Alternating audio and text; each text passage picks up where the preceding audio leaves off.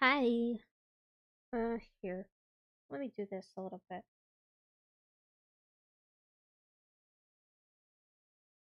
There, that's a little bit better.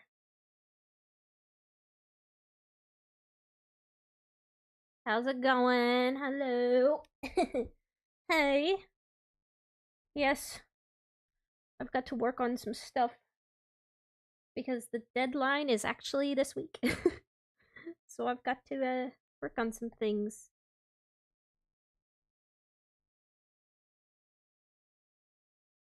Whoops, what the heck? Oh, it's on this layer. Okay. How y'all doing after AFK? No worries. No worries. Hello, writer. Procrastinating. Yes. Well, not really, because I kind of got these on me last minute. Um so I'm just trying to work on them now since I've got them. And yes, welcome back, writer.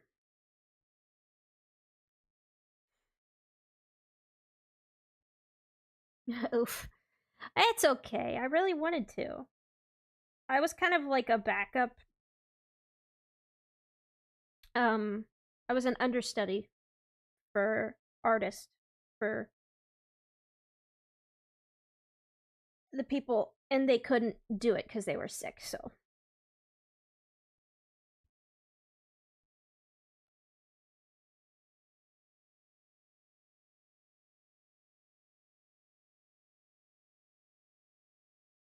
oh yeah. Also, I won't be able to talk a whole lot. Um so as opposed to talking, I figured I made a playlist of some of my favorite My Little Pony Grimdarks that I thoroughly have enjoyed. Some of them don't make a whole lot of sense because they're not really like Grimdarks with like in the canon. A lot of them are just, like alternate universe stuff. Um, but they're really creepy. The one I'm about to listen to right now, it's called Downfall. It's by Emogak. And I really like this one because the way it starts off is very innocent, but eventually it just kind of just goes downhill eventually. It's kind of one of those, like, be careful what you think, be careful what thoughts go into your head. I'd say it's kind of like a there's a lesson behind this that's I find very interesting. Let's see, somebody in the chat said it. Oh yeah. So this is about Twilight Sparkle. It says Twilight Sparkle's actions put a new meaning in the term "curiosity killed the cat." Yeah. So that's what this is about. Here, I'm going to first let me make sure it's not too loud for you guys. I don't think it is. Dear Princess Celestia, have you ever wondered what it's like to kill another pony? Wow, right there, that means I can never send any of these letters, but I don't know. I just feel like writing my thoughts out on this. I suppose it's my scientific and analytical mind that brought this on. I have to keep my thoughts on this matter organized, and, well, I have always felt most organized when I'm writing to you about what I'm feeling. Wow, okay, well, yeah. You're probably right off the bat, quite. This on. It was nothing special, really. It all began when I was scanning the library shelves for something to read. I came across this book called The Anthology of Evil, Equestria's Most Notorious Killers. Well, I had never read a book like that before, and seeing as how I'm a student of learning itself, I took it off the bookshelf at once. What I read disturbed me at the same time as it fascinated me. I think the description of the Canterlot Killer's murder of the family of 4 disturbed me the most. I mean, what drives a pony to do something like that? Well, That is exactly what I'm asking myself these days. What goes through a pony's mind that makes them want to kill another living being? Why do they feel like they need to tear the life away from an innocent pony? What goes through their mind as they watch their victims take their final breath, knowing that they're the reason behind it? I don't know why, but it's torturing me, not knowing the answers to any of these questions. Normally, I just look it up in a book, but none of the stories had any interviews with the killers themselves. They were all executed, and the interviews they had with you before their executions aren't public records. I'd like to ask you for them, but I don't think you'd be very keen on letting me read them without a really good reason. I don't think you'd ever let any pony read them, which is unfortunate. I want to know why. Your faithful student, Twilight Sparkle. Next time on 48 hours. That's funny. Are you guys hearing it okay? Dear Princess Celestia. Yeah, you should be. I'm writing to tell you about a dream I had last night. I had just finished rereading the book about the killers again before bed, so that's probably what brought this dream on. I dreamt that I was standing in my basement with Pinkie Pie strapped to the table. She was crying and her mane was flat, which was confusing to me since she's always so full of life and her hair is so vibrant. I remember that her hind leg was bleeding. At first, I was confused as to why her leg was bleeding, but then I looked down and saw that I was holding a bloody knife. Well, it wouldn't take Star Swirl the Bearded to deduce that I was the one who had cut open her leg. I don't know why I did it. I suppose that it's just the nature of dreams. You do things you don't normally do. But I did it. However, I wasn't done with her. I cut off her left ear and my cutie mark with the knife. You wouldn't believe how much blood there was. It was really fascinating. She was begging and pleading for me to stop. Twilight, she would say. Why? I thought you were my friend. I thought you liked my parties. I love your parties, and I love you as a friend, I responded. But this is for science, Pinkie Pie. Doesn't that make you happy? I feel I should pause and just a forewarning. If you're about to go to bed and if you're a child, maybe don't listen to this. I'd say mute. Okay, just a forewarning. Maybe I should have put that in the description. Forewarning. This may be a little spooky. Before bed.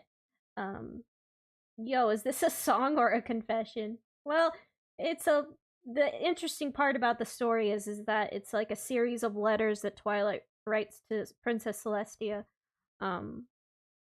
But obviously as time goes by, they get more and more unhinged and, like, you know, again, you just have to... Knowing you're part of something larger than yourself? Well, she kept on crying and bleeding right up to the point where I ended it all and stabbed her in the heart. I woke up directly after that covered in sweat, just like I had been covered in Pinkie Pie's blood. It took me a few seconds to register the fact that I hadn't actually killed Pinkie Pie, that I wasn't a monster who would betray her friends like that. But why didn't I feel bad about the dream? Normally when I dream about doing something bad to other ponies, I feel terrible afterwards, like the scum of Equestria, even though it was only a dream. Yeah. So why was that dream so exhilarating? Your faithful student, Twilight Sparkle. Oh, just you wait. This isn't even the half of it. You guys are... Dear Princess Celestia, more dreams like the one before, only this time I killed Applejack. This is the third such dream I've had this week. The worst part is, I know I should feel bad about these dreams. Or should I? They are only dreams after all, so why do I keep having them over and over again? Although, it's not even that that's bothering me. What's bothering me is I almost can't wait to go to sleep at night because I'm almost excited to have another one of those dreams. Is something wrong with me? Your faithful student, Twilight Sparkle. What's her... Okay. That's her cutie mark.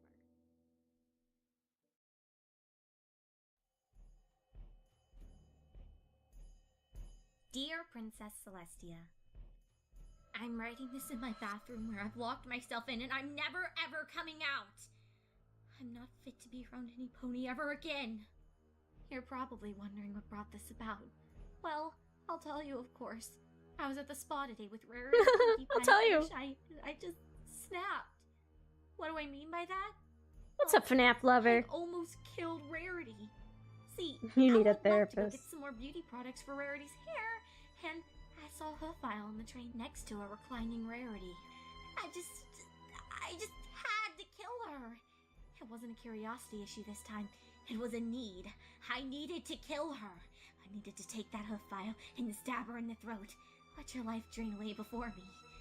I imagined she would have a look of utter betrayal and horror on her face, as the last thing she would see would be me standing over her. I imagined that I would look very I hate it with my hand. somehow. Yeah. Do you know what the worst part was? I actually reached for the hoof file. I fired my horn up and picked up the hoof file. This is Procreate, indeed it is. And that would be it. She would be gone forever. No more Rarity. Well, naturally, Fluttershy asked me what I was doing, and I immediately dropped the file and ran. I had to get out of there. I had almost done it. If Fluttershy hadn't interfered then, I would have killed Rarity. I'm not fit to be around civilization. I should just sit here and wallow in my misery forever. Then I can't hurt any pony. You're evil and insane student. Twilight Sparkle.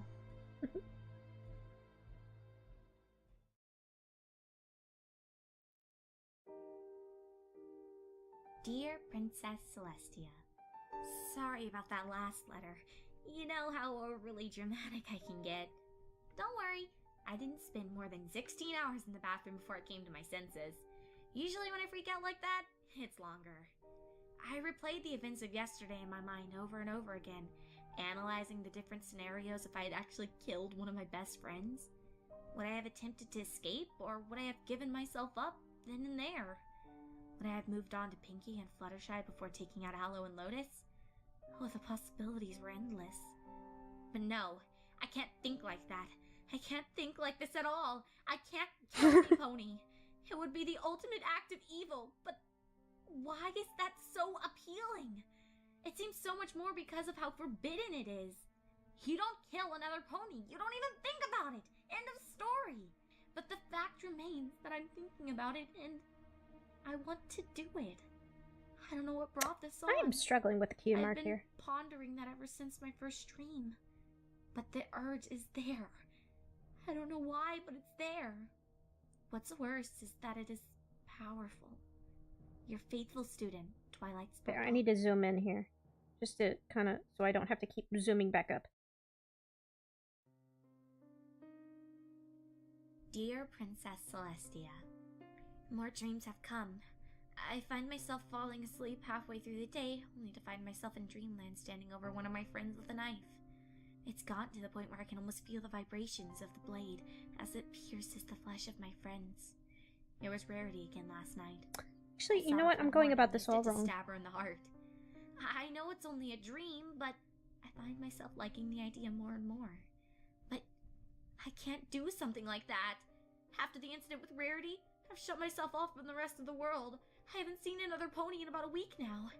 I spend most of my time rereading that book and combing the library, hoping to find a book or a stack of old papers that will give me some clue about why a killer does what he does. I think you know the answer to that already, Twilight. Maybe the dreams will stop and I can go back to normal. But I have found nothing, and as such, the questions of why and what it is like are still burned into my skull, consuming my entire being. I am finding the only thing that is keeping me going is the thought of murdering another pony. Should I actually go ahead and do it? Maybe then these dreams and thoughts will stop. If I answer those burning questions, then maybe I can move on and never speak of this again. I will merely add it to the vast arsenal of knowledge, and I can move on to other topics that I know nothing about. I suppose that is why this is bothering me so much. I don't know anything about it, and it's going to take more than a book to fix that. There is no simple solution to my questions. Your faithful student, Twilight Sparkle.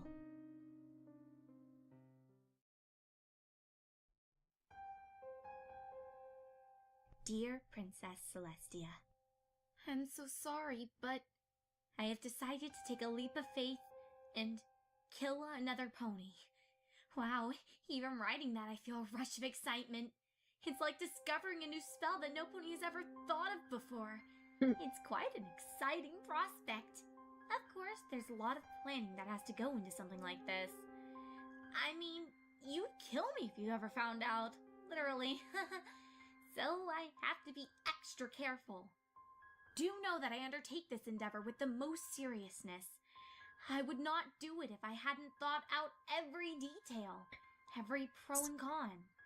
I made a 36-page list about it, and I came to the irreversible conclusion that this must be done. I have been having the dreams and urges for 2.5 solid months, and I think this is the only way to make them stop. If I decide to kill in a controlled environment, then I can... Cue the John Cena meme, where he pokes his head through the hole, and he's like, "Are you sure about that?" avoid doing something stupid. I mean, I almost killed Rarity that one day, and another day when Derpy came along, I almost killed her too. No, I have to be more careful than that. I have planned this out down to the last detail. Nothing can go wrong. I'm sure of it. I've planned for everything. Once again, I'm so sorry. I know you see all ponies as like your children, so what I'm about to do would be akin to murdering... Alright, I'll stop stopping it. I know, you guys are enthralled here. It must be done. If not for my thirst for knowledge, then so my dreams can finally stop and I can go back to living life. Spike is getting worried about me. Your faithful student, Twilight Sparkle.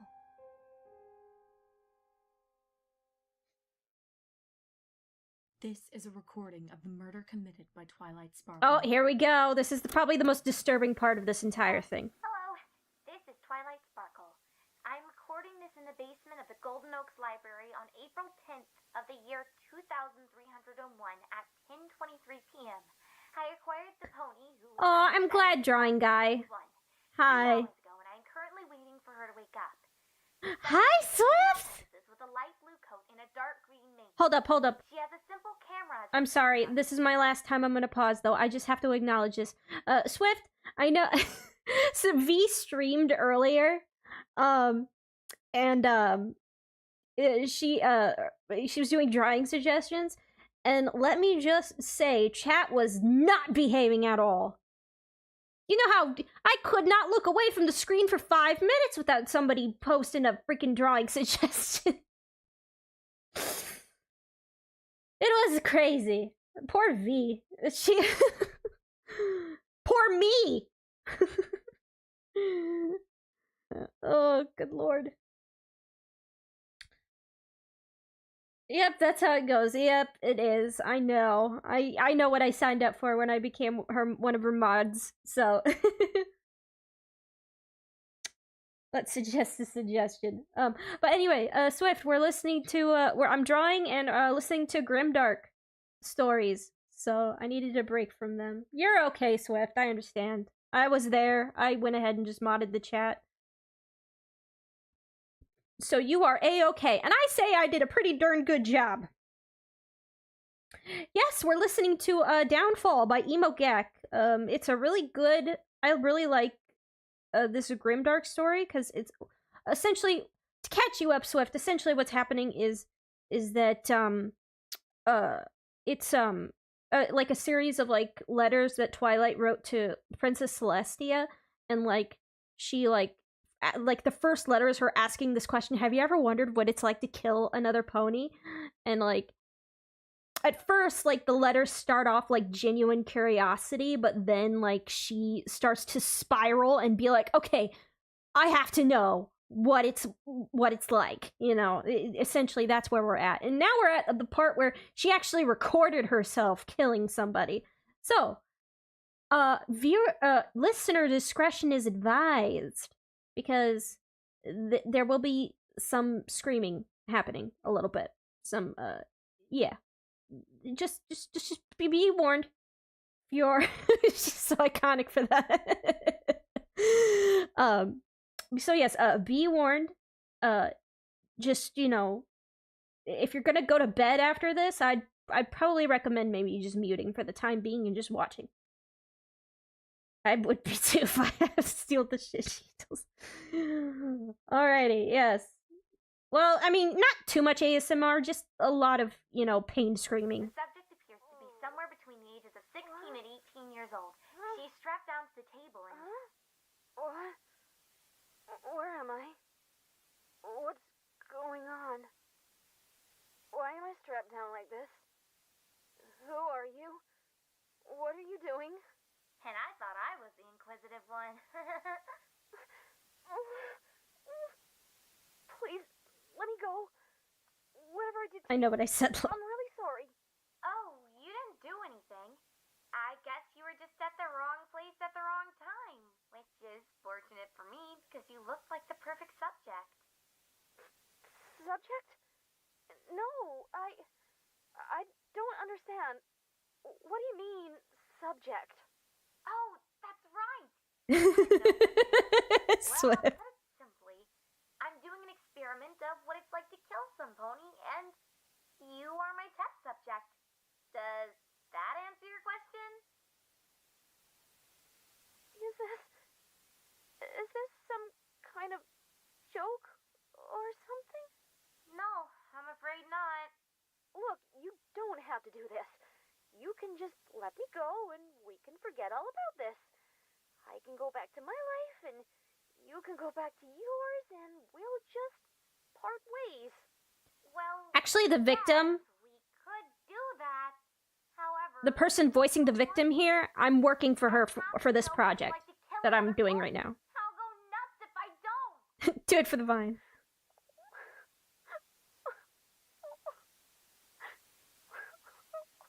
Don't be sad.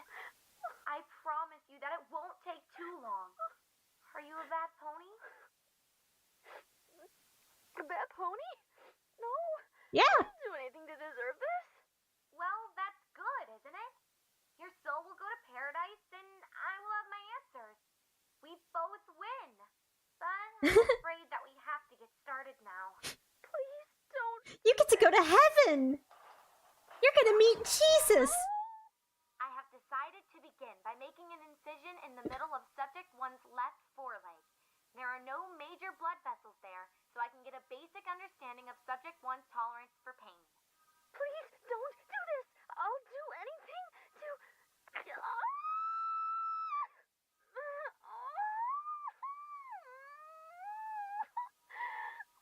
No, we are full. Don't. Subject one clearly has a low tolerance for pain, as the cut in her foreleg is only a millimeter or so deep. However, the screams might be more terror than pain. I'm not quite sure one way or the other. How am I feeling though? Well, I don't really feel bad about it. My ears kind of hurt from the yelling, but she seems to be calming down a bit now. I'm not quite getting the rush I expected when I first planned this out, but then again, we haven't really gotten to the detailed parts quite yet.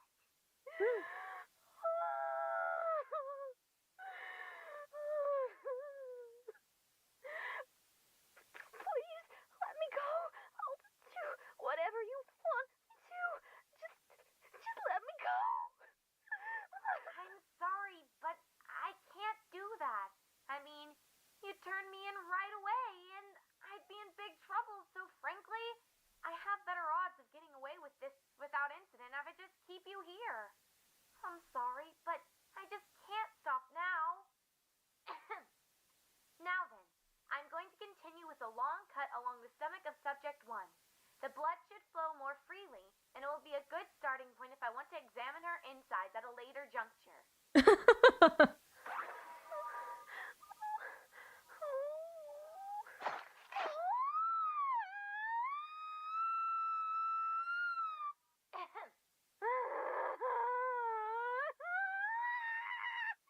Well, that's a lot more blood than I thought would have come out. I think I must have cut a little too deep. Oh, she's bleeding all over the floor. I should have planned for that. Maybe wow, that's a lot of blood. She's like, oh shit. What am I doing? No, I have to keep going with this. If I quit now, I'll just get in trouble, and that will be the end of my advanced studies. Okay, Twilight, focus. You just gotta focus on the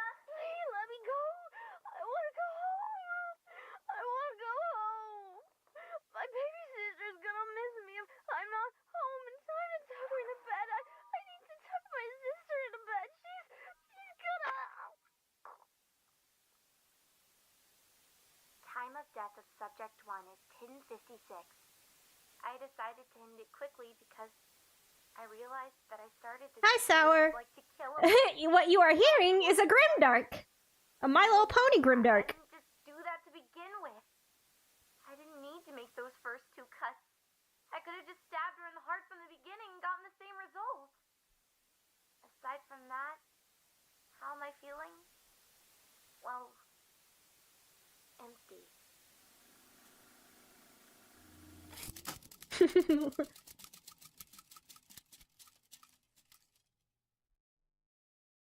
Dear Princess Celestia, I wrapped Subject 1 in a tarp and buried her behind the library. Dear Princess Celestia, it has been 1 week since the death of Subject 1, and I think I've just about gotten over the shock of what I've done. I expected that once the shock wore off, that I'd feel something, anything, but I don't. In fact, I don't even feel worse. The empty feeling that I got directly after the kill is gone. I just feel like Twilight Sparkle. Does that mean I'm going to kill again? No. I don't think that I will. Once was enough. Your murderer of a student, Twilight Calling the Sparkle. police right now.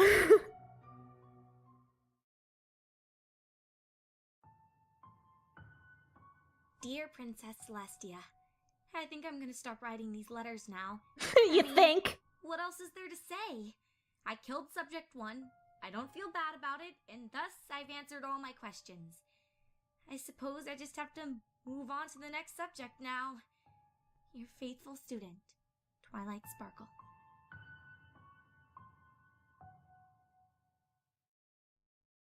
What's up, Rusty boy? Dear Princess Celestia, okay, I know that I said I was done with these letters, but I think I may have a huge problem on my hooves. I think Fluttershy knows what I've done. How do I know? Well, I don't really. To make a long story short, her, Rarity, and myself were at the spa again. I am happy to state that I didn't have an urge to kill Rarity this time. Fluttershy shot this look at me. I've never seen a look like that on Fluttershy's face before, but I just couldn't help but shake the feeling that it said, I know what you've done, you monster. It was this kind Thank you. of sad glare that hit me right where I live. Maybe I imagined it, but I have to keep an eye on Fluttershy. If she truly does know what I did, then maybe she told other ponies about it, and if other ponies know, then well, I'm finished, aren't I? Your faithful student, Twilight Sparkle. Deport versus murder, possibly. Oh gosh.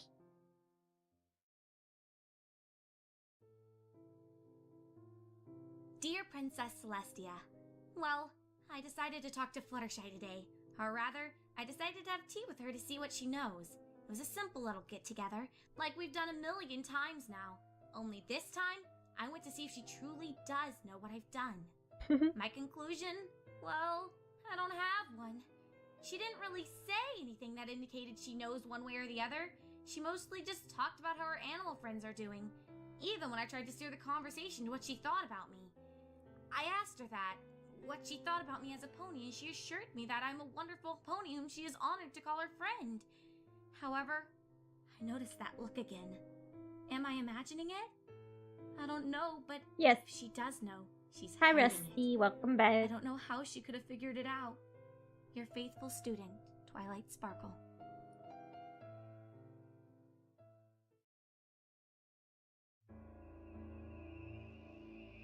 Dear Princess Celestia, what have I done?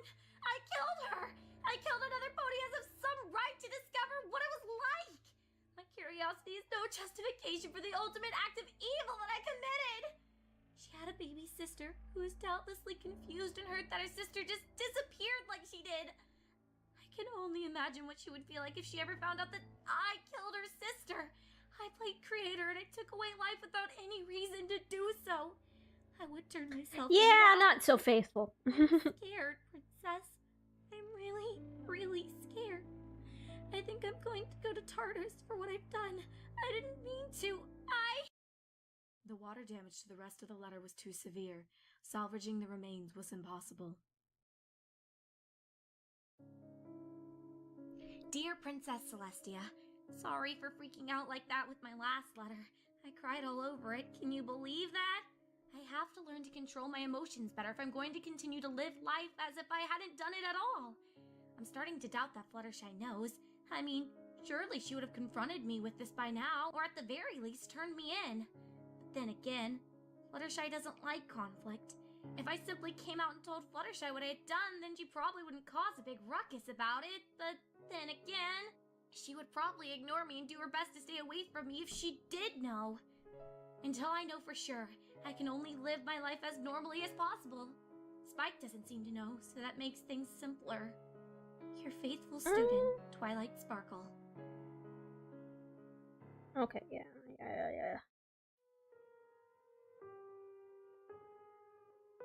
Dear Princess Celestia, am I going mad? I thought I got away with it, but did some ponies see me bury Subject 1 behind the library? At first I thought that Fluttershy was the only one who could possibly know, but I was at Sugar Cube Corner today and Mrs. Cake gave me that same look! It didn't stop with her though. I kept getting that same disappointed glare from half the ponies in town today.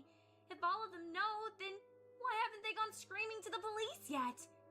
It doesn't make sense that I'm just imagining their glares, but I can't think of any other reason for why they keep looking at me like that. I'm either going mad or they know. Your faithful student, Twilight Sparkle. Twilight, you've already gone mad. There's no more. You can't go any further mad than where you are right now. Dear Princess Celestia, I feel sick. I haven't eaten in a few days and sleep has been even rarer. Every time I close my eyes, I see the face of Subject 1 staring at me, pleading me not to kill her. I'm beginning to wish that I could take it all back. That I could resurrect Subject 1 so she can go home and be with her sister, but I can't. When are you playing Zelda? It will be next week. Every Sunday is when I do it. I've considered performing a memory spell, but I can't cast it on myself and another unicorn would need to know what memory they were going to erase, or at the very least, why. That would give me away. I can't risk any pony finding out. I imagine even Rainbow Dash would turn me in if she ever found out what I've done. Your faithful student, Twilight Sparkle.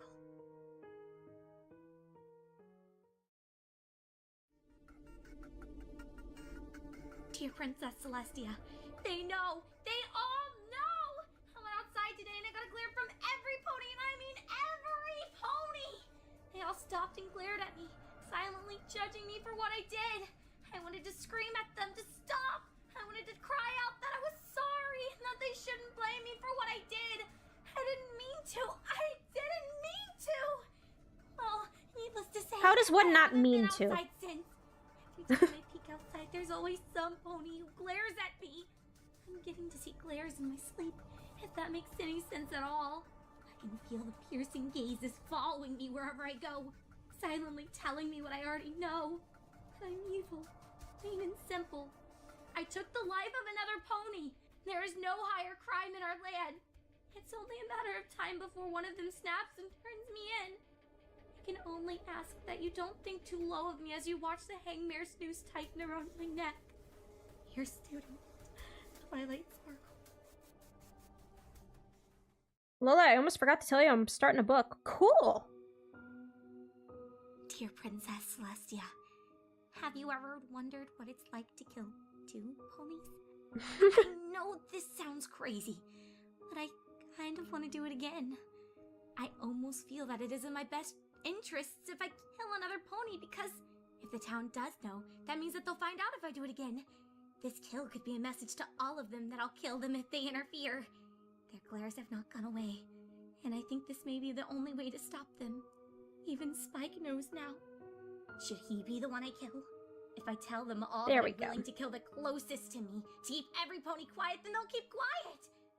Or will they turn me in instead? I don't know what to do, but the urge to kill is once again rising inside of me. With the judging glares are mixed with parasitic urges to kill again. Your faithful student, Twilight Sparkle.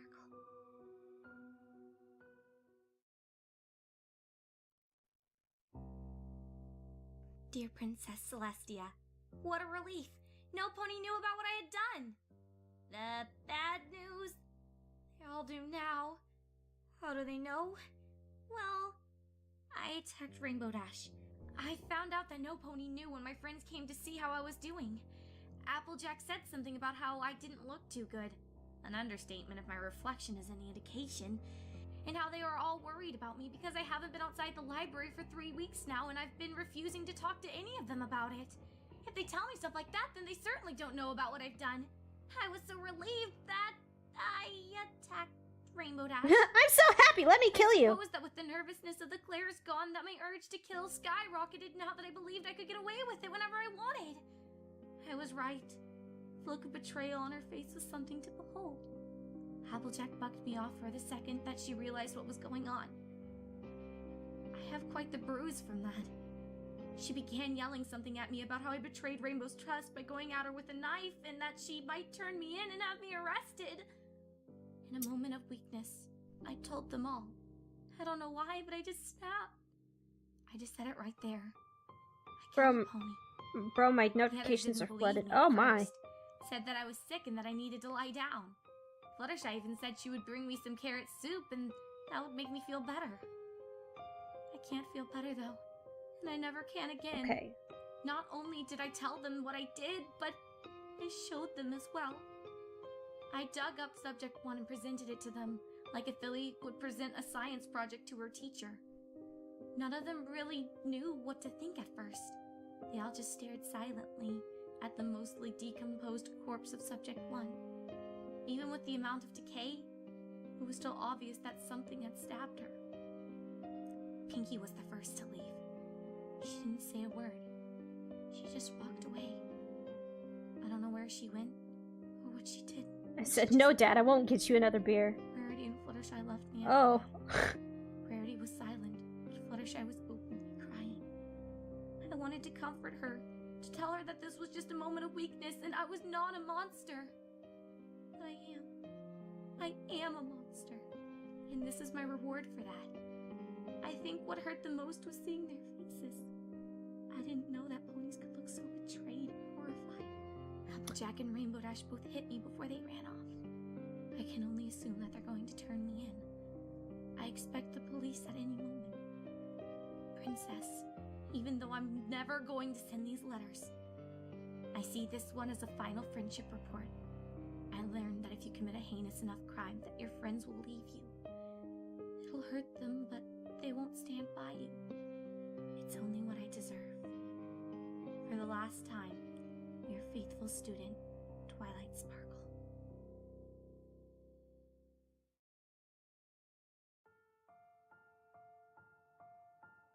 Princess Celestia put down the final letter, just as the sun reached out to her, telling her that it was time for it to go to sleep for the night. Celestia gently put the letter down and looked out the window, hoping that the images before her were merely a nightmare, and she would wake up to discover that this horrible reality was not just that.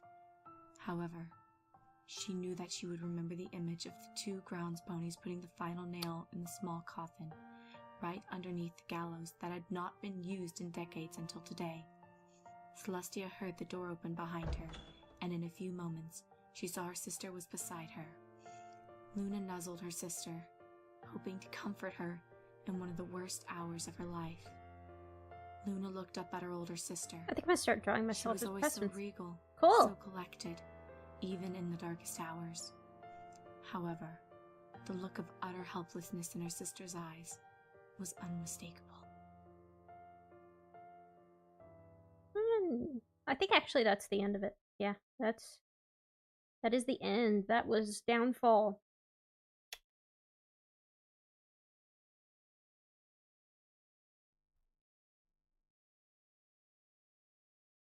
Let's see. Which one should we listen to next? Why not? Let's listen to. I'm not gonna pull up like the classics like Rainbow Factory and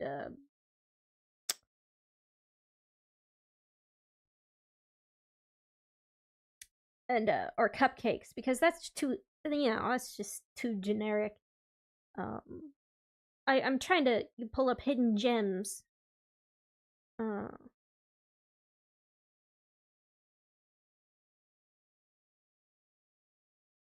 let's see. What about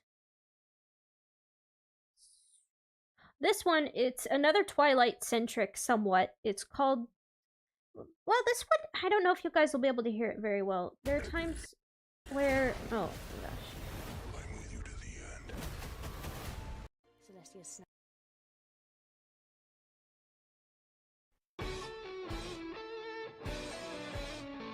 Sorry, that's the, By Consega. okay, this is called Forever Faithful.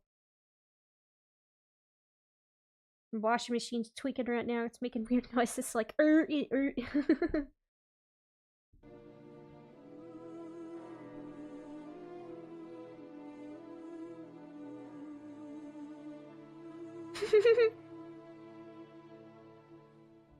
In all her years as the reigning princess of Equestria, Princess Celestia had never attended an event that was this sad. The residents of Ponyville had disregarded the beautiful summer day heat, donning robes and other articles of clothing that were pure black. Black tapestries had been affixed to the buildings, including the library where the funeral was being held. As Princess Celestia had expected, Twilight's 5 friends took it the hardest. The space directly in the front had been reserved for the 5 mares. Rainbow Dash's eyes were red and swollen, her face tear-streaked, and her mouth set in a grim line. Applejack just stared at the ground, the quiet plip of her tears falling on the ground, the only thing breaking the silence. Fluttershy had buried her face in her hooves and was weeping quietly, with Angel at her side. For once, the rabbit's arrogant and angry expression was missing, replaced instead by one of infinite sadness. Rarity was just shaking her head and muttering to herself, "It couldn't have happened. It shouldn't have." Pinkie Pie just seemed deflated. A single black balloon was tied into her tail, and it floated in the wind. The pink pony wasn't crying or muttering to herself. She just stared straight ahead as the procession began. 6 stallions, garbed in black and eyes downcast, bore a dark wooden casket upon their backs. The corners of the casket were stapled with a purple 6-pointed star. Spike himself was leading the procession, his head held high and his tears flowing freely. Seeing Princess Celestia, he detached himself from the procession and stood next to her. Gazing back ahead, Princess Celestia watched as the 6 stallions carefully lowered the casket to the ground. One of the 6 stepped forward, scratching at the ground nervously. Twilight Sparkle was a role model. You know, this is the kind of stuff I listen to. Same! He stuttered. Rainbow Dash instantly cut him off. "Go, before I break your legs in 5 different places," she growled, pointing a hoof in the distance. The 6 stallions galloped off, fleeing as fast as their hooves could carry them. The Rainbow Pegasus cursed under her breath, turning to face the gathered crowd. "To see that we're the only ones that lost a friend," she began, gesturing to the 4 grieving mares in the front, "would be selfish. Yesterday, all of Ponyville, no, all of Equestria, lost one of the best friends a pony could ask for. In a storm that somehow wormed out of Cloudsdale's control." Rainbow sniffed. "Twilight was intelligent beyond belief, always pursuing some science-y thing with her free time. I used to tease her constantly about being an egghead." She paused, choking down a sob. "But she was always looking to help some pony, always willing to lend any pony that asked a hoof." Applejack gathered her hat from the ground and plodded up to stand next to Rainbow Dash. As she set her hat upon the casket, she said quietly, "Twilight's the only one who could have given me a run for my money, in honesty. She may not have been the strongest pony around, but she'd always be straight with you." Fluttershy joined the two, turning to address the crowd. When Twilight first came to Ponyville, she scared me beyond belief. Her voice squeaked, and she had to take several breaths to steady herself. But we quickly became friends, and I've never met a kinder pony in my life. Everything she did, she worked on for the benefit of others. She would always make sure that everyone was enjoying themselves, and if they weren't, she wouldn't hesitate to help them in any way she could. Rarity joined her friends. She would always listen to you, no matter how trivial or meaningless what you were saying seemed. Her ear was always a patient one, and she would always offer advice on how to help. She was the sweetest creature I've ever met. Pinkie Pie just slowly walked towards the casket. In silence, she walked past the audience, walked past her friends, and just stood at the side of the casket. Twilight! Come back! She wailed, throwing her front hooves onto the casket. Oh dear, Rarity murmured, drawing the pink pony into a hug. Pinkie Pie cried into the unicorn's shoulder. Why? Why did she have to go? She bawled. Rarity patted her back, but stayed silent. Princess Celestia separated herself from the crowd, slowly making her way towards the front. Spike was on her back, his face buried in her mane. Slowly, she eyed the 5 crying ponies and the casket, and then turned to face the audience. No matter what your personal opinion of Twilight was, she addressed the crowd slowly. Remember that this unicorn was an honest, loyal, kind, generous, and happy pony. She was a sturdy mentor, a faithful student, and a true friend. She rested a white hoof on the casket before wrapping it in her magic, slowly floating it down into a 6-foot hole. Rest in peace, my faithful student. Wait, is this part 2 or something? No, it's not part 2. This is something else entirely. Sister, you can't keep grieving like this. Luna prodded the large white alicorn. Why not? Celestia demanded furiously, a picture of Twilight as a filly clutched in her hooves. Why am I not entitled to grieve for my best student? You have a kingdom to run, Tia, Luna said quietly. I can't do it by myself. I did it by myself for 1,000 years. Celestia snapped back. Luna winced, but her tone was still soft. I know, but I am out of practice. I need your help. The darker alicorn settled next to her sister. I miss her too, you know. You don't act like it.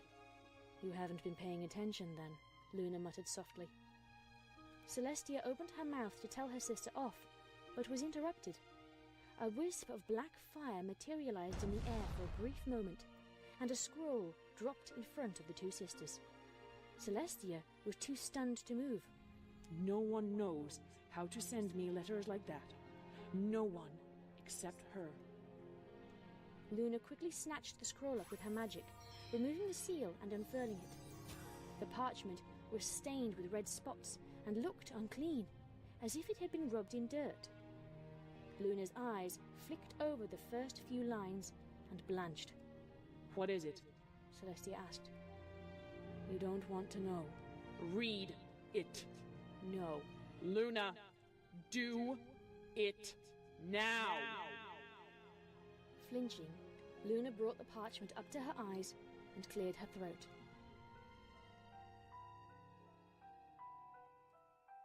Dear Princess Celestia, in all my years under your tuition, we never touched upon the subject of death, or life after death. Why is that? Were you intentionally keeping me in the dark? Or was there no credible research on the topic? It's a strange place, death. It's very dark, and it's very cold. But I found that if you merely think things, they will pop into existence. It's amazing, really. It's like magic permeates the air around me. I feel stronger than I ever have before. Still, it's kind of lonely.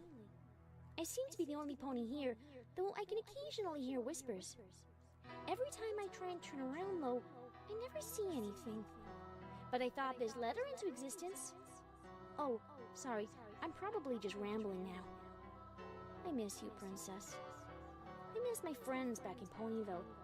And I miss Spike most of all. Give them my regards, will you? I'll keep studying the magic of death. The magic of Find death. a way to come back. Your faithful student, Twilight Sparkle. Luna finished reading and let the scroll drop to the floor.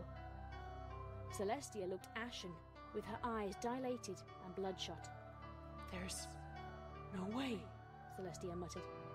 What do we do? Luna asked. Send a detachment of guards to Ponyville, Celestia instructed. and lead them yourself. See if you can find any pony forging letters. Okay, The drawing words guy. sounded dull and lifeless as they left the white alicorn's mouth. And how do we find them? Celestia merely shrugged.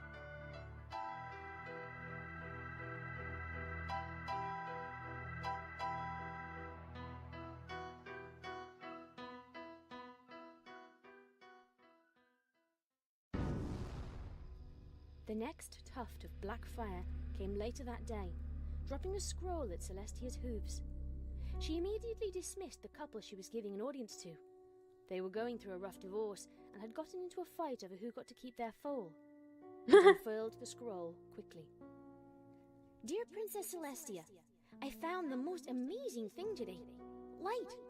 It feels like I've been here forever now, so I've kind of lost track of the days. I hope these letters are reaching you with some sense of expediency, because I'd hate to be tardy. I think we both remember what happened last time. Anyhow, on to my most recent discovery. I found that if I focus intently on one spot, I can bring a smidgen of light to it. In my discovery, it seems that death is just a very large, drab world. I still feel myself growing stronger, though, and I'm enjoying the sensation. It's like Yes, I'm a Grimdark expanding connoisseur. to cover everything at once. As I write this, yes, I'm actually writing just to stay in habit. My light continues to grow and grow, getting brighter and brighter. It's much easier to lift heavy things, and with a piano as a point of reference, I can teleport myself many miles away. Oh, but I'd hate to start rambling again. I can only imagine that this is how you feel all the time. You're the most powerful spell pony in existence, right? It feels like I'm the princess of this new world. Faithful forever, Twilight Sparkle. Celestia refused all other audiences for the rest of the day, and had trouble falling asleep that night. Dear Princess Celestia, I'm fairly sure that now I'm the strongest I've ever been, even in life. Hard tasks seem so trivial now that they're barely worth my time to do them at all. I still hear whispers, but they're now whispers of encouragement. They're nice, you know? Always promising me something, or always pushing me farther and harder. They remind me a little bit of you. Anyway, I visited Rainbow Dash last night. She was asleep as far as I could tell. We had a nice conversation until she started crying. I hardly understand the need for crying anymore. Sure, I'm dead, but ponies always die eventually, right? She said that she wished she could really see me again, so I am dedicating my efforts to find a way. It's getting colder, too. I can't feel my hooves anymore, but I'll keep writing anyway. It doesn't bother me much, except that my hooves tingle when I stand. I wish I wasn't alone.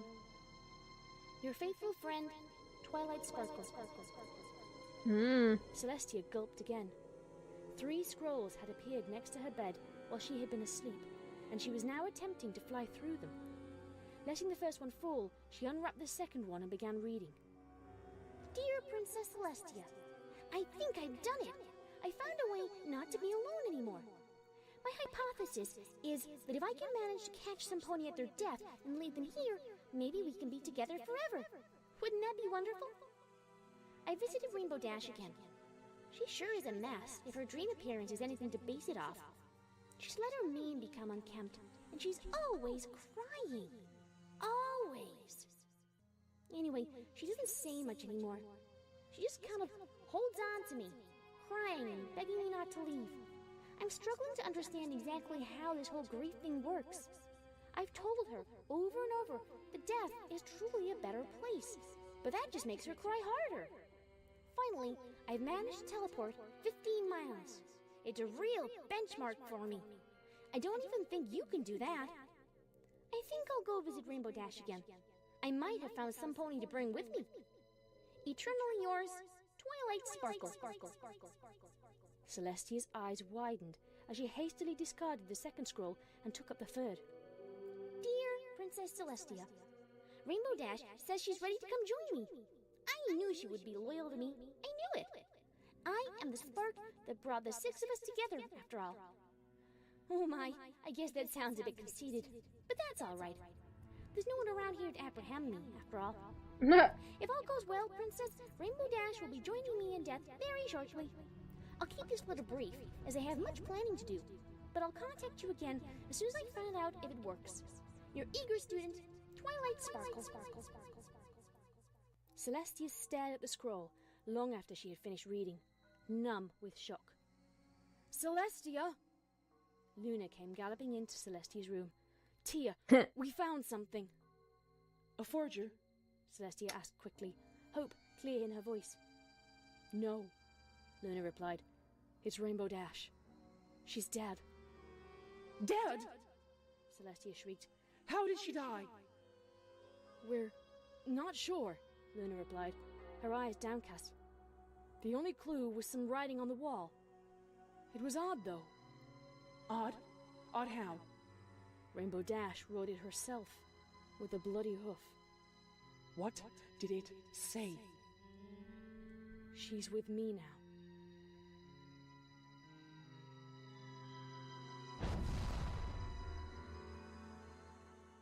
Dear Princess Celestia, it worked. Thank the stars, it worked.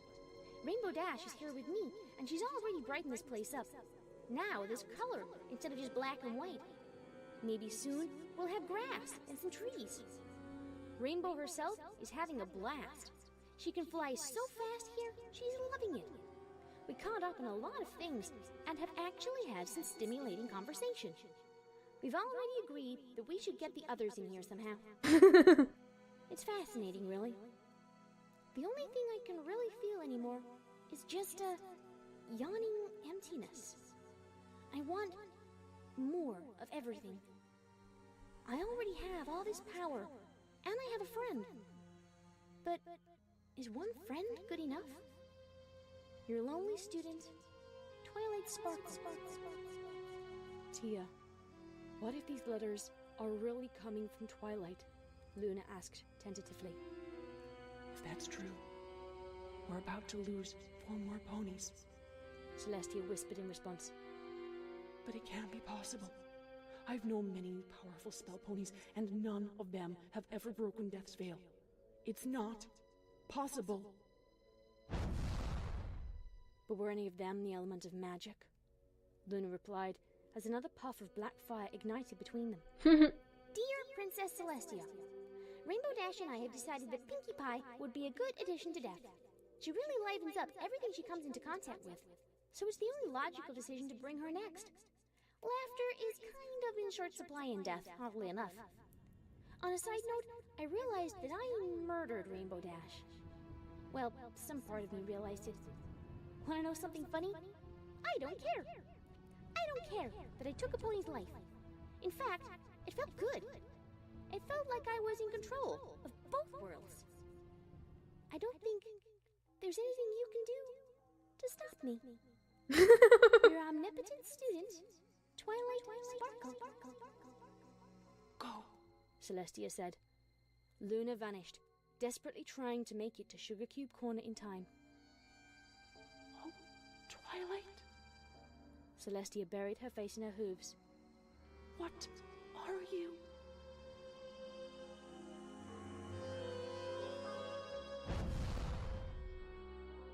Dear Princess Celestia, I saw Princess Luna at Sugar Cube Corner. Did you send her to see Pinkie Pie off? It was a nice gesture. Luna was positively screaming with excitement as Pinky's body collapsed in a heap. Things are already brighter now. I'm a Despite monster. the fact that she can't actually use magic, Pinkie Pie has managed to procure balloons, streamers, confetti, and other party accoutrements. I firmly believe that I should have studied her in life a little more. Now, I don't give a damn about studying. I need more friends. More friends. Maybe I should get Fluttershy in here. I don't know what season it is, so Applejack might be busy, and Rarity will need a little bit of time to arrange some care for her sister. Your apathetic student, Twilight Sparkle. I failed, Luna said miserably as she walked in the door. I know. Celestia said sadly. I don't think there's anything we can do now. Another scroll popped into existence. Dear Princess Celestia, Pinkie and Rainbow both love the idea of Fluttershy entering death with us. I visited her earlier today and nearly scared the poor thing to death. Calmly, I explained what our plan was to her. She fainted, unfortunately, but I think she heard me. Do you know how the old saying goes? If two's company, three's a crowd? It certainly is more lively than it used to be, but still, there's an aching need for more. Rainbow Dash has it too. Eternally yours, Twilight Sparkle. Her letters keep getting shorter and shorter, Luna observed.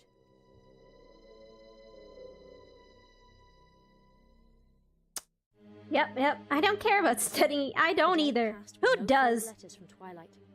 Celestia conducted her business normally, albeit with a somewhat strenuous attitude. The guards were calling her apprehensive, and were on alert almost all the time for any potential threats against their beloved princess. It was evening when the next letter arrived. Celestia was gazing out of her window when the scroll landed on her tail. Dear Princess Celestia, Fluttershy's with us now. She's kind of in shock, but she'll get over it. Pinkie and Rainbow are both doing their best to comfort her, as it seems my appearance has frightened her a little. I really don't see how. I mean, even though my eyes are pitch black now, I can still see. That's what matters, right? I visited Rarity. The poor thing has gone insane, shutting herself in her boutique. I firmly believe that it would be a mercy to take her out of this world. She really is looking to adopt anyway. I think Sweetie Belle would be an amazing adoption candidate. Work goes smoothly when you Hey! With Asana, you can coordinate tasks across teams and stay on track, so your team can spend more time celebrating wins. Stupid Try it ads. for free at asana.com. Don't you?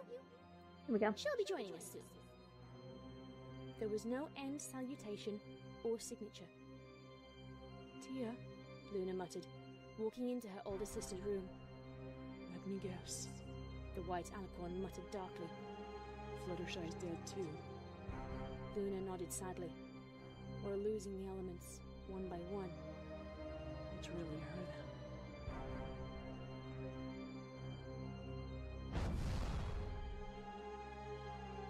Dear Princess Celestia, we're almost a complete set again. All we need is Applejack. Is there blood on my hooves? It feels like there should be.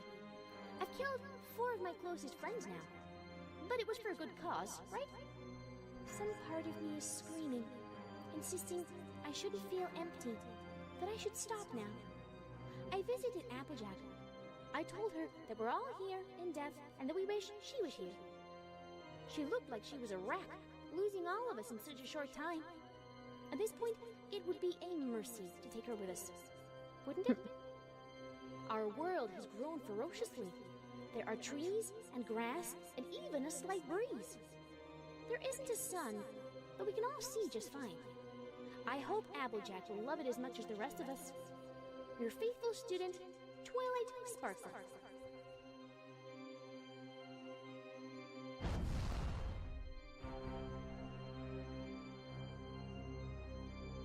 Princess Celestia, we are all here now. It's amazing. The girls all say hi. It's a nice feeling to have all my friends here. And now, we can never die. We've decided that we need more ponies, though. Congratulations, Princess. You're first on the list.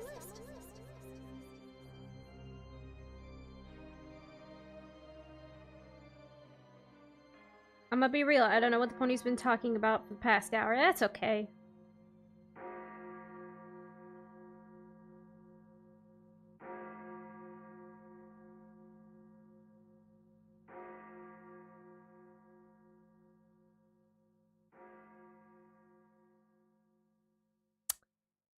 That was Forever Faithful. Murder. Judith, no. Let's do a different one, not a Twilight centric one. Let's do this one is like I heard this one a while back. It's like it's like from the point of view of like a background pointing pony or whatnot. Give me a sec. Seen in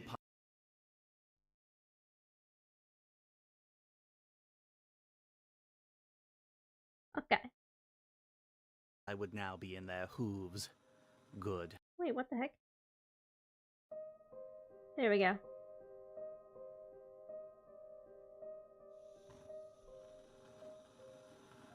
They do not know where I am yet, or else I would now be in their hooves. Good. But I must not sleep. My small natural gas burner makes for a poor incinerator, but it is all I have to destroy my notes. As the flame consumes the last page, I turn to the array of beakers and flasks before me. Their contents must also be destroyed, or someone matching my intellect may reverse engineer my creation. Seizing a large mixing bowl from the kitchen, I began emptying everything into it until all that remains is a foul-smelling ooze the color of bile. I will be the only mortal to have ever possessed this power. The only document I allow to exist is the letter I will leave behind. The press will publish it, for they can do no other things. The world will know, and will understand. But will they really?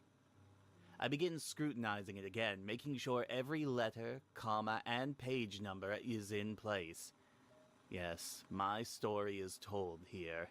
Despite the exhaustion and adrenaline, the words bring me back to the first night after I perfected the formula.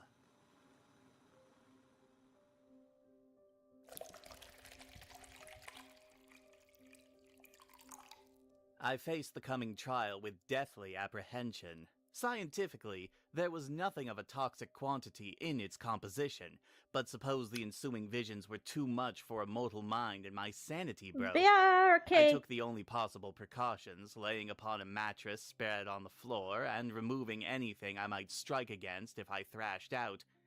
But it was still with shaking hooves that I measured out the fluid and quaffed it. It was not long before my vision began to blur and I felt myself being pulled from sense.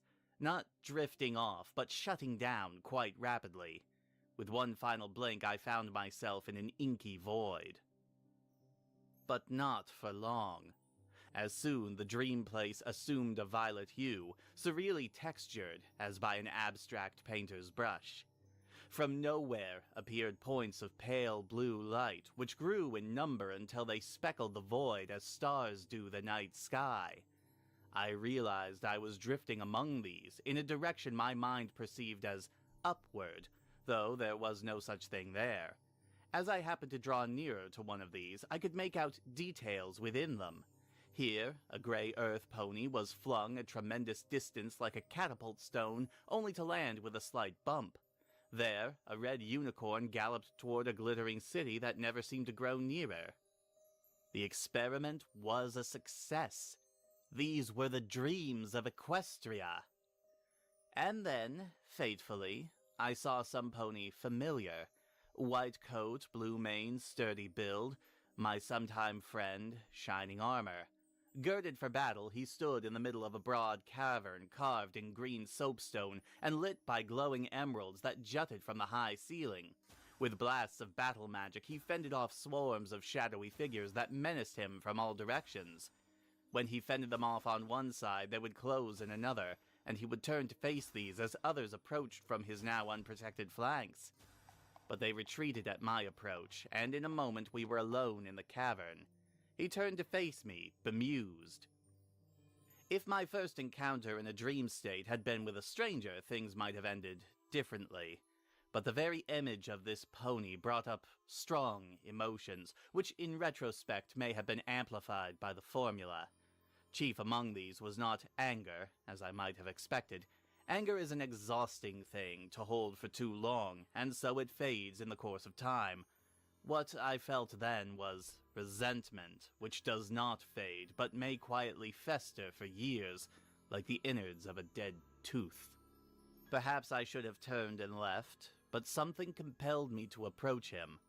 I said nothing at first, and he stood in awkward silence, making no sign of greeting. He did not recognize me. I stopped a body length away and spoke with as even a tone as I could. "Hello, Shining, old buddy, old pal." At this, recognition dawned on his features. Poindexter? Poindexter, dude! He smiled, as if actually glad to see me. "Do not call me that." Oh, sorry. He addressed the place where my chin should have been. Gizmo. Gizmo, right? After everything, he barely remembered my real name. For a moment, I was too angry to even speak. He cleared his throat rather loudly. Haven't seen you since, Since Cadenza got to you. Well, more or less, I guess. With a forehoof, he scratched an unarmored part of his head. Too bad I ran out of time for ogres and oubliettes, but you know how it is. Never mind. Those were foolish games in aid of nothing. You and the others all went away in the end. You're right. I'm sorry I lost touch. He found the nerve to look me in the eye again. This was too much. I leapt forward and stamped at the ground, teeth bared. "Oh, you're sorry. You're sorry. Of course you are, once I bring it up." He raised a forehoof, perhaps involuntarily. Hey, chill. Chill, you say? I let myself be humiliated in front of our entire school so you could get Cadenza's attention. And I brazened it out because that's what friends do. You might have at least tried to return the favor. This referred to an incident at the senior prom, which I preferred not to think about. He went a little red at this, as well he should. Okay. Look, Cadence is an expert on this stuff, so maybe... I dismissed this nonsense with a wave of my hoof. Never mind. The pony who would be seen in public with someone as ugly as me has not been born. He began reciting the usual lies about inner beauty, self-improvement, and so on, which it is pointless to relate. It occurred to me to teach him a lesson. A good enough scare, and he would not forget me so easily. Ignoring him, I concentrated on the illusory stone ceiling. For in a lucid dream, one with the right sort of mind can make anything happen. Shining's blather stopped at the noise of a great rumbling and cracking from above. All at once, blocks of stone dislodged from the ceiling and fell, landing all about the cavern except in the exact place where I stood. Shining's horn flared, but too late. A stone struck him on the head, followed by several more, nearly as large as he was. When the ensuing dust settled, no more could be seen of Shining armor. For a moment, I stared at the pile of rocks where he had been, expecting some noise or movement, but there was none. I supposed the shock had jolted him awake. Something about it all struck me as humorous, and I found myself chuckling. Bad luck, old friend. Lethal damage. Care to roll up another?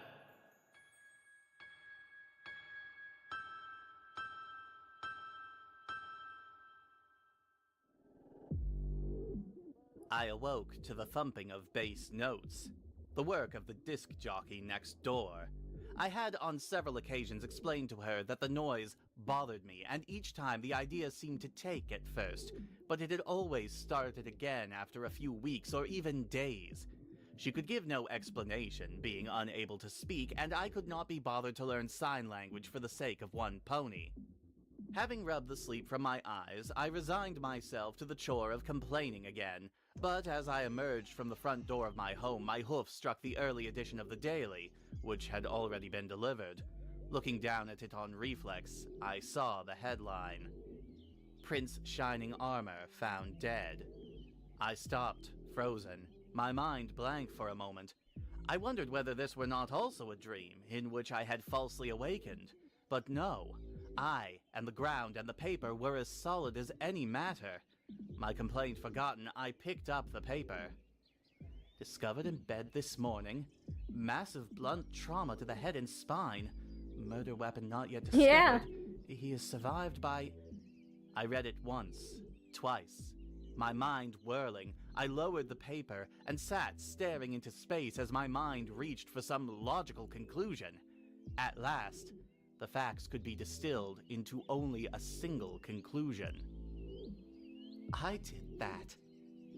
At the sound of my own out-loud thinking, I glanced about for anyone who might have overheard. Finding no one, I bolted indoors and turned the key in the lock. I must have spent some 30 minutes pacing, running through the events and their ramifications. The formula was much more effective than I had imagined. How had they had such dramatic effects on the waking world? It was clearly dangerous, and for a moment I considered destroying my work. Then again, modern science did not really understand electricity, which could also be dangerous, but science found more uses for it every year. No, I would wait and consider what might be done with this. What about ethics? To my surprise, I felt little remorse for what I had done. I had not always been so cold-blooded, I was sure, but the pony is a social animal, and too many years without friendship lead to alienation from one's fellow beings. It was, of course, a pity about his wife and foal, but Cadence would find a replacement. They usually did. My eye caught the clock on the wall and my pacing halted. Curse it all, I was late for market What's day. up, Sour Gummy? Knowing I must not take the least chance of arousing suspicion, I gathered my wagon and its contents and set off for the high street, taking care not to hurry too much so as not to risk damaging the glass medicine bottles I sold. Soon I had reached my place and had set up just in time to catch the morning's first wave of customers. For the next few hours I was too preoccupied with filling prescriptions and dispensing common medicines to think about the night's developments. But then a few minutes before the midday break... Yoo-hoo! Hello, Mr. Small and Handsome! It was the last pony I wanted to see. Spotless off-white coat, long eyelashes, immaculate purple mane, flirtatious expression. Just like the last time, and the time before. And how are you this lovely day? Her pretense of caring was less convincing every time. Fine. Just fine. Wonderful. And it's always delightful to bump into fine ponies on a fine day. And don't you agree? Yes. I wished she would get it over with. Of course, a fine and generous stallion would not begrudge a lady a few little bits for a necessity. That meant she would buy her usual headache pills at cost. As always. A moment later, as she walked off with my labor in her saddlebag, I considered the facts. I could have said no this time, but I had set a precedent before and would no doubt have been asked to provide some explanation for changing my mind now. Besides, the rest of the town were taken in by her pretense, and in small towns it was unwise to be right when everyone else was wrong. There is only so much insult or injury one person can take before he turns on the perpetrator. At this moment, I ceased to care about the consequences or remaining ethical qualms. This, I decided, would not stand.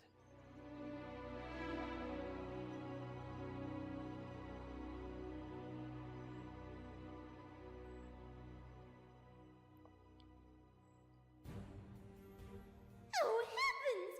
Get it away! She recoiled, horrified, from the mirror I had placed before her. Don't you like it?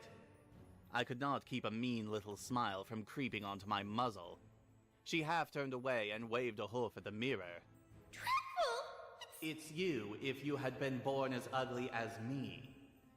She looked sidelong. I love at how the this is mirror like and began incel hurriedly thinking out loud, stuff here. lying to herself. All right. I can still work with this. I can... Latent anger began to creep into my voice. It's not so bad. Of course, you wouldn't be able to manipulate others. In fact, they would ignore you unless you were useful to them, and ignore you again when you weren't. She did not seem to be listening as something drew her attention to her hooves. Oh dear, mud. Quicksand, actually. In the time it took to say this, she was knee-deep. She tried to raise one forehoof, but the slightest movement pulled her farther down. She looked to me, eyes wide, trying in vain to maintain Okay, composure. Saragami. Do you suppose you might?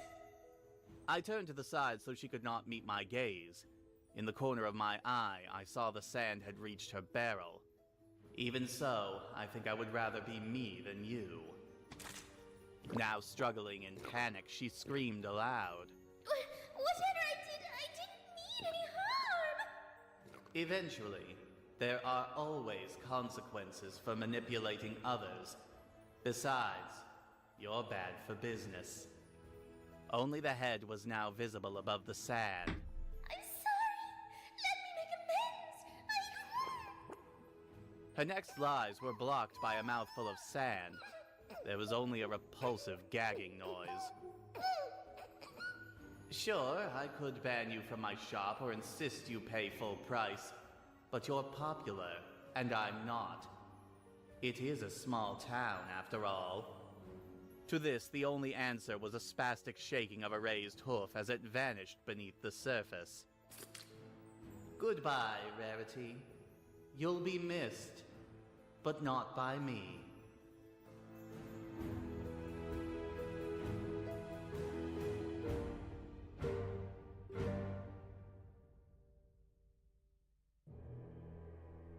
Rarity dead at 29. The press, I know, Yummy, were quicksand. fast in the modern age. But they were also more sensationalized, judging by the summary below the headline. Well-known fashion designer found suffocated, foul play suspected. The article made it clear that the authorities had no idea how the deed was done, or so it seemed. Over morning coffee, I considered the facts again. I had never before harmed another pony, but now had committed 2 killings in 2 nights. It was easier the second time. I found myself surprised at how little the thought bothered me. Well, why not? They went in their sleep and were not in pain for long. I had quietly suffered their abuses for years, and their troubles were now over.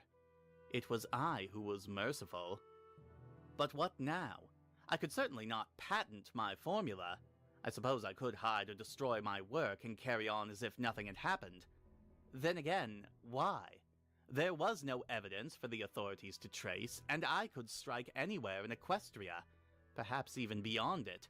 And should I go on living alongside so many parasites, constantly tormented by the thought of them? It was all too much to think in one place, and so I decided to take the morning off and jaunt about the outskirts of town to clear my head. The morning was just cool enough to be pleasant, and the dew still glistened on the grass on either side of the back roads. I saw no one else until the postmare, bubbly as ever, crossed my path and stood aside as I passed. Though neither of us had ever caught the other's name, she smiled and waved. To my surprise, I found myself deciding that, as she was so agreeable, I would let her live. As I met more ponies on the way, the thought went through my mind again and again. I will allow you to live, and you, and you. And by the time I reached my home, I had decided who would be the next exception.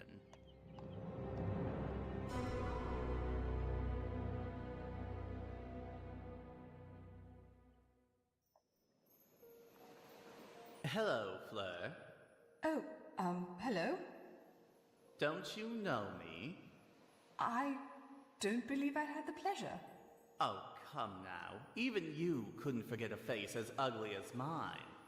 I'm sorry, So they always say. Look, why are you here?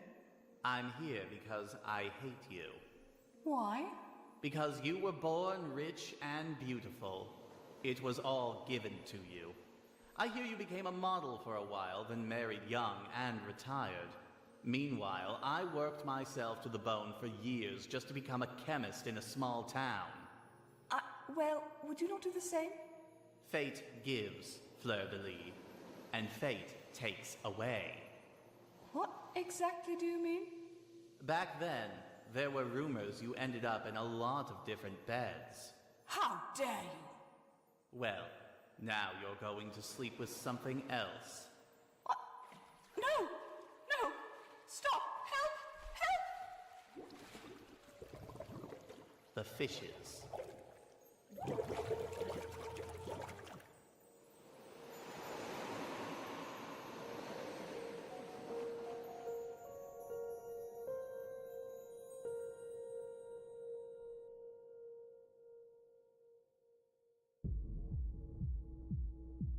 Sand Pony strikes again. Equestria's first serial killer in over a century targeting well-known white unicorns. So the authorities had begun to examine my wake in earnest. Strangely, it had not occurred to me that my victims were all white unicorns, famous in one way or another. I laughed aloud at how easily the papers were misled by the coincidence. But if I broke this pattern, I might have put them closer to my real trail. For a moment, I considered knocking off Fleur's husband as well to keep my pursuers on the false trail. But no, I decided it was best not to grow too self-assured. I would go to ground, staying quiet, living a normal life. The killings would end as mysteriously Oh, hey, Amar. as they had begun. How's it going? I would get away with everything. At this moment, my thoughts were interrupted by an annoying and familiar sound. Synthetic bass notes thumping over from next door. That Tartarian disc jockey was at it again. I found myself growing more convinced that she was purposely annoying me. I decided there would be time for one more, after all.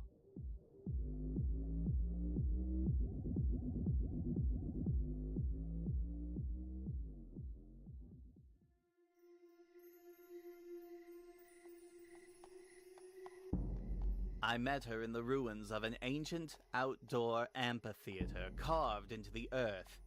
Her only instrument here was a bass drum, which she slowly drummed upon with her hooves. She stared into space as she did this, as though lost in thought. I drew near, in no particular hurry. "Vinyl scratch?" She ceased drumming, turned to me, and nodded. "I'm going to kill you." Her expression showed no fear, and her hooves did not so much as shift. She looked at me a moment, and then shook her head. "What?" With a forehoof, she pointed upward at an angle towards something behind me. I turned to look and beheld a figure standing upon a tower of dark cloud. Horn, wings, blue coat, glittering mane, judging eyes. She had heard me declare my intent. In an instant, terror nearly overwhelmed me. I shut my eyes and ordered my own mind. "Wake up, wake up, wake up, wake up!" I awoke, gasping, bleary. She had seen me. I cursed my idiocy at not having changed my appearance in the dreamscape.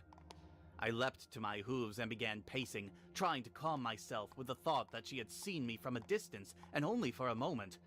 But even so, if I fell back asleep, she would surely pick up my trail again. And if she had seen me clearly, she would describe me to the authorities, who would now be scouring every city in the nation for the Sand Pony.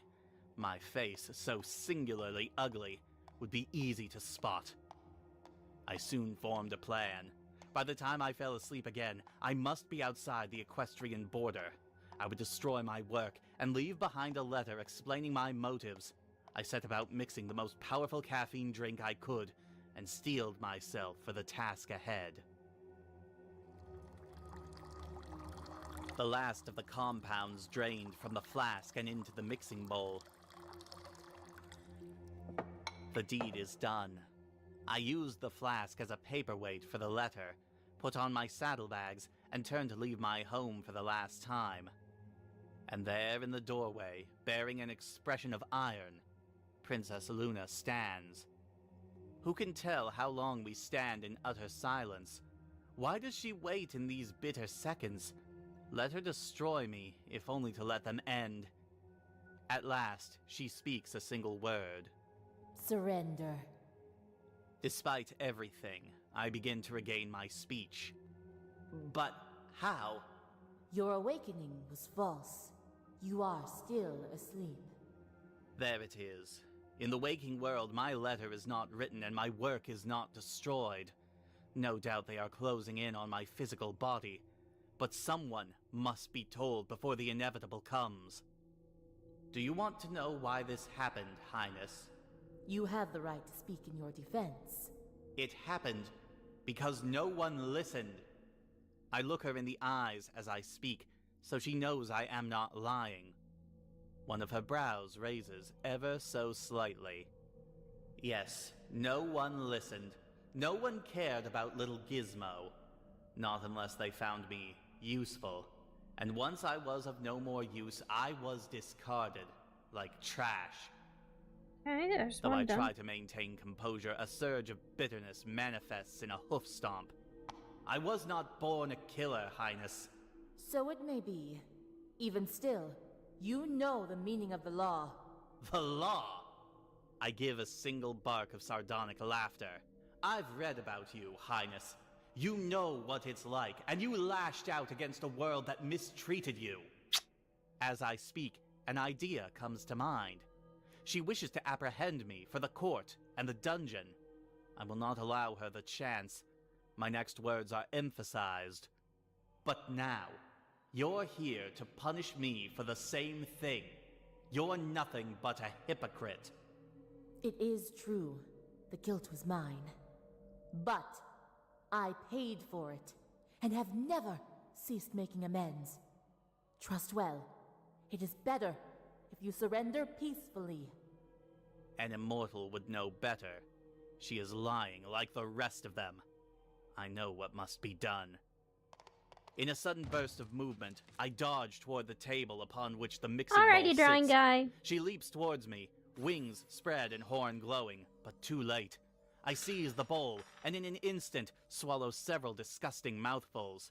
For while the formula's compounds were safely measured for the purpose, they are toxic in large amounts. A burst of white magic uselessly rips the bowl from my hooves. I crumple to the floor and await the inevitable, which comes with merciful swiftness. As the formula stole consciousness, so the poison steals the spirit. I can't move, and Luna's voice is distant, and my vision blurs. Oh no, let me take it back. I don't want to die. Help me. Oh, please help me. I can't breathe. I can't.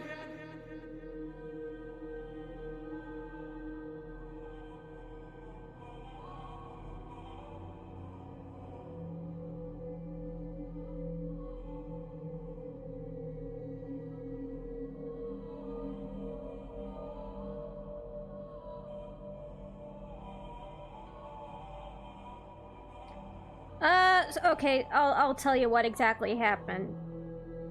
Hold up. I'm gonna pull it up. Okay, so homeboy, essentially our narrator dude, he was a kind of an incel. He was on his incel shit, and he was like just kind of killing everybody in the dream world.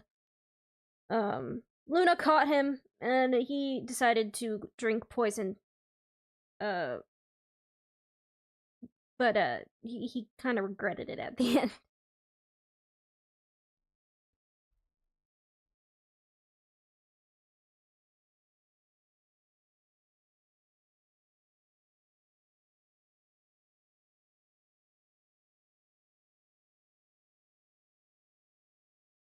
Yeah, he was all bitter and angry because he was born ugly. It's your classic incel mentality. Oh, I'm so ugly. Everybody,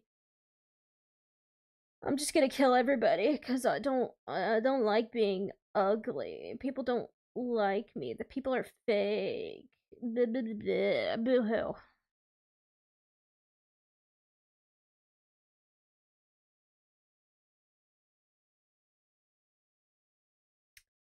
Being ugly isn't what makes you unlikable. Being a jerk, that's what makes you unlikable.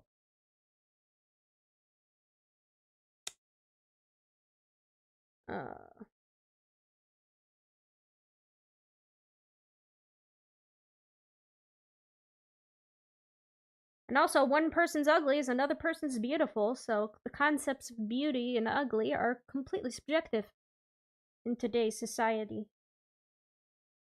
Let's see here. Trying to look for another good one.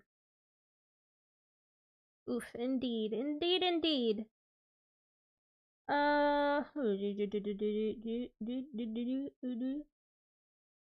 Um,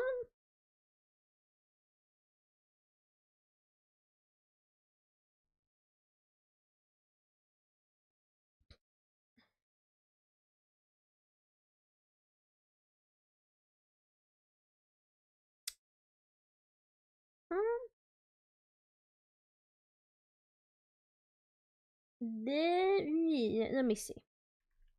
Let me look up something.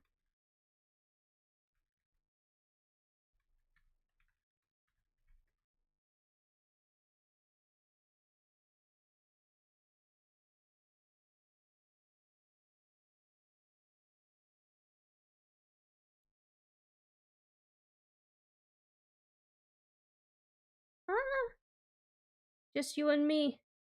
It's okay. I know it's kind of boring, just this, but you know what else? That's something I have to work on.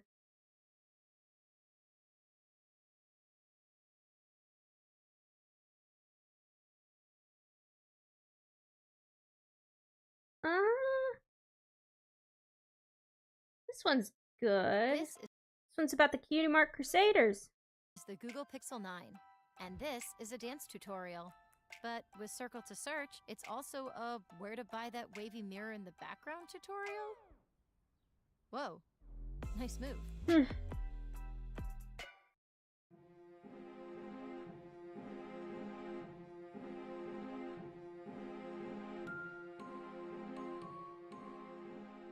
Once upon a time, in the magical land of Equestria, there was a town on the edge of the forest. The forest was something that all the town's inhabitants knew to avoid. No, it's not bad. I like listening to these. I'm happy. Regardless of the forest's dangers. In this town lived hundreds of all types of ponies. Unicorn, Pegasi, and Earth ponies. The Earth ponies tended to the land, while the Pegasi see to the weather. The unicorns use their magical abilities to perform various tasks around the town, helping every pony they can. On the edge of the town, not far from the Everfree Forest, there was a farm. This farm was huge, consisting of nothing but apple trees as far as the eye could see. Living on the farm were two siblings, an Earth pony brother and sister, and together they tended to the innumerable apple trees each year, providing high-quality apples across the land. A fashionista lived near the center of town. She lived alone, but that didn't bother her. It allowed her to focus on her beautiful dresses in peace. She sold them to the best of nobility, her name reaching as far as the farm's apples. Above the town lived a Wonderbolt cadet. Her speed was unrivaled by even the best flyers. She spent her time not working on the weather, but practicing and training for her future career. She dashed and zoomed, looped and weaved, and performed very complex maneuvers each day. Once she finished a set of exercises, she was met with silence. She often took a break in one of the trees. The silence allowed her to nap without interruption. Elsewhere in the town, there stood a schoolhouse. In the schoolhouse, there were many little fillies and colts, some with cutie marks, some without. Their destinies without a cutie mark were often difficult. The pressures of finding one's destiny on top of a bully or two made adolescence intolerable at times. Every year, there were one or two fillies or colts that hadn't found their true talents as fast as the rest of the class had. Their supposed failures and constant bullying drove them to depression. But when the pain became too much, they found three little fillies who just wanted to have fun together on their quest to find their cutie marks. The filly or colt instantly befriended them, and together they went on adventures to try and find their cutie marks. Their depression waned, as each day was filled with joy. The bullies had no effect, as nothing can ruin the happiness of playing with friends each day. And so, the school year would go on. One filly Hey, Aaron! remaining a blank flank far longer than thought possible. Normally in other places, this would be of no concern, as the foal would be considered a late bloomer. I don't know why and my would ponies find are the so talent good. just like the rest of them. But this town was far from normal. Each year, on the very first day of summer vacation, that filly or colt would go out to play with his or her new friends. They would wander town looking for their friends for hours, unable to find them. Saddened by the disappearance of their friends, this foal would wander the vast farm of apple trees, never to be heard from again. But every pony who lived in the town for several years knew exactly where that filly or colt went. He or she would be joined by their friends, playing amongst the trees of Sweet Apple Acres. And then, at the start of the new year, the cycle would begin anew. Another filly or colt would find 3 fillies to befriend, and together they would go on grand adventures. And at the end of each year, on the first day of summer, they too would disappear within the farm of trees. And each year, the town would search, hoping the cycle would be broken, but finding everything the same as the previous year. The parents would grieve for their loss, often taking their own lives in the process. Those who lived would try to warn others, but their warnings would fall on deaf ears, assuming to be nothing more than a story to scare fillies or colts into behaving. But by the end of the next year, those that were warned quickly realized the truth of those warnings' first hoof. Again, a search would be had.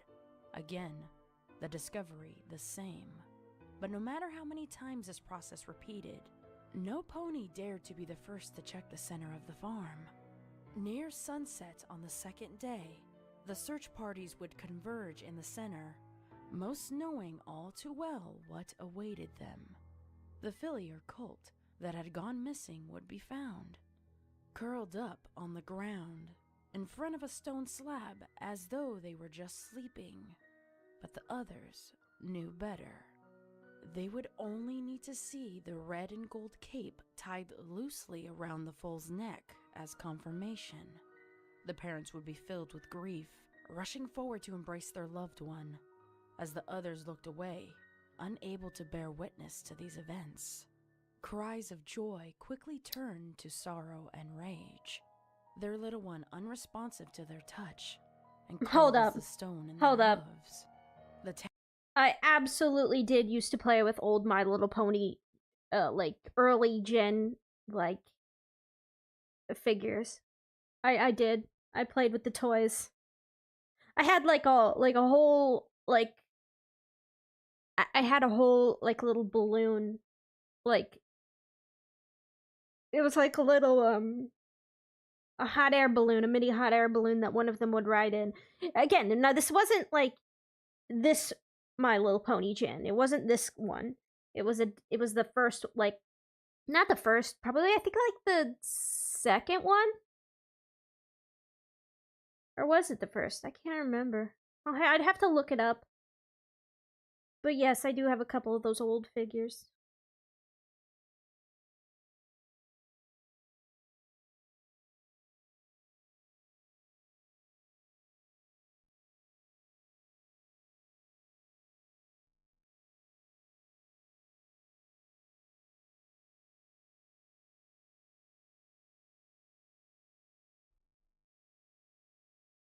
I've been tempted at times to watch, but I've never done it. The music seems good. It is good. I love My Little Pony music. It is one of the definitely one of the really good things about the show. That, and it's also just charming in general. For a show about magical talking ponies, it has a charm to it that I think that's what draws everybody in. It's not your basic oh girly like girls save the world kind of thing. It's not like your typical, you know, things like that. If anything, it kind of makes fun of that trope to a degree. Like, if you ever grew up on shows like My Life as a Teenage Robot, or if you grew up on, like, it's like totally spies or Kim Possible, then like yeah, like it's My Little Pony is definitely up your alley.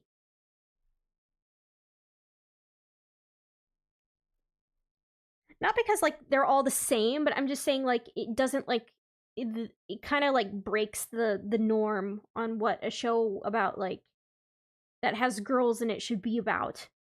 Like, you know.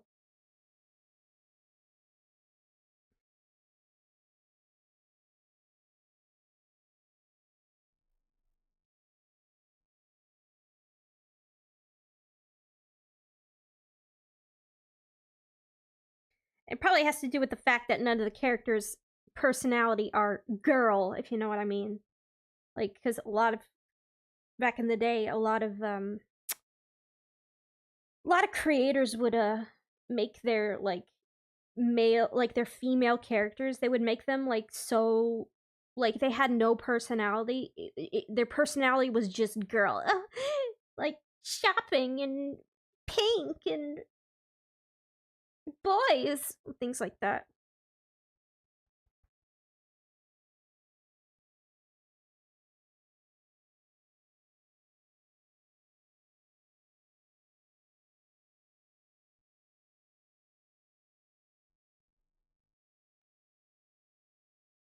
I feel like this is too high up.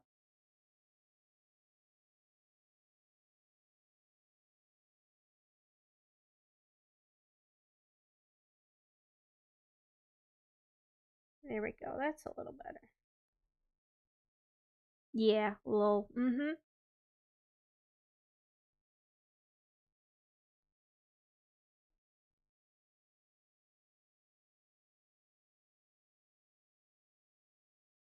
Every time I press. Every single time. I don't mean to. It just happens. And I don't know how to keep the stupid thing from... I did a little bit of MLP. I mean, granted, it's probably not everybody's cup of tea, you know? Which is fine. I wouldn't expect it to be.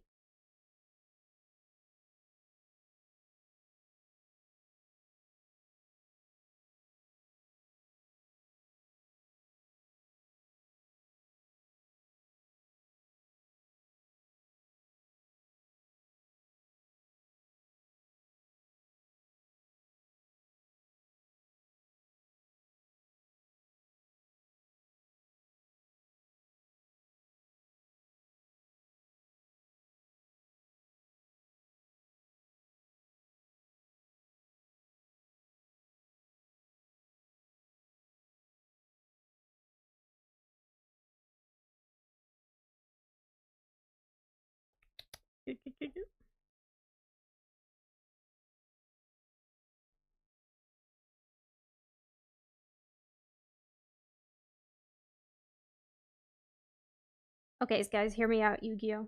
Because I thought it was just a kitty little show. Yeah, to a certain degree it is, but like... You know... Some episodes are hit or miss. Yeah. Yeah, the show did actually start to get good. I'd say it was like around... I'd say it was season 2 when it got good. The first season kind of felt a little weird. But once you got into season 2, I felt like that's where it started to get good. Like, really good, I mean. Like, I enjoyed the first season, don't get me wrong. But, you know, you could just kind of tell that, you know, the writers were still trying to figure out where, like, things... The writers and the, you know, art, even the animation people, too, they were still trying to figure out everything. Because, here, because, like, the animation got so significantly better in the later seasons. Meanwhile, in, like, the first season, it was, like, in the first season, everything kind of looked, like, glitchy. And, like, you could, it was not very smooth. And you can tell, like, all the animation was, like, made in, like, freaking, some kind of crappy like puppeteering, animation app. But yeah, then I think the animators got more comfortable once season 2 happened, and then we were gifted with what we got today. Mm-hmm. Mm. Okay. I'm not gonna lie. I think I'm gonna go ahead and call it here. It is late, and yeah, I'm gonna call it a night, and I will stream again tomorrow. I won't draw. I'll try to do something else. Maybe I'll do drawing suggestions. I don't know yet. But either way, I'm definitely gonna be. I still gotta work on this. But yep, I hope you guys have a good morning, a good evening, good night. Whoever watches this in the future too. And I'll see you guys tomorrow. Okay. Bye.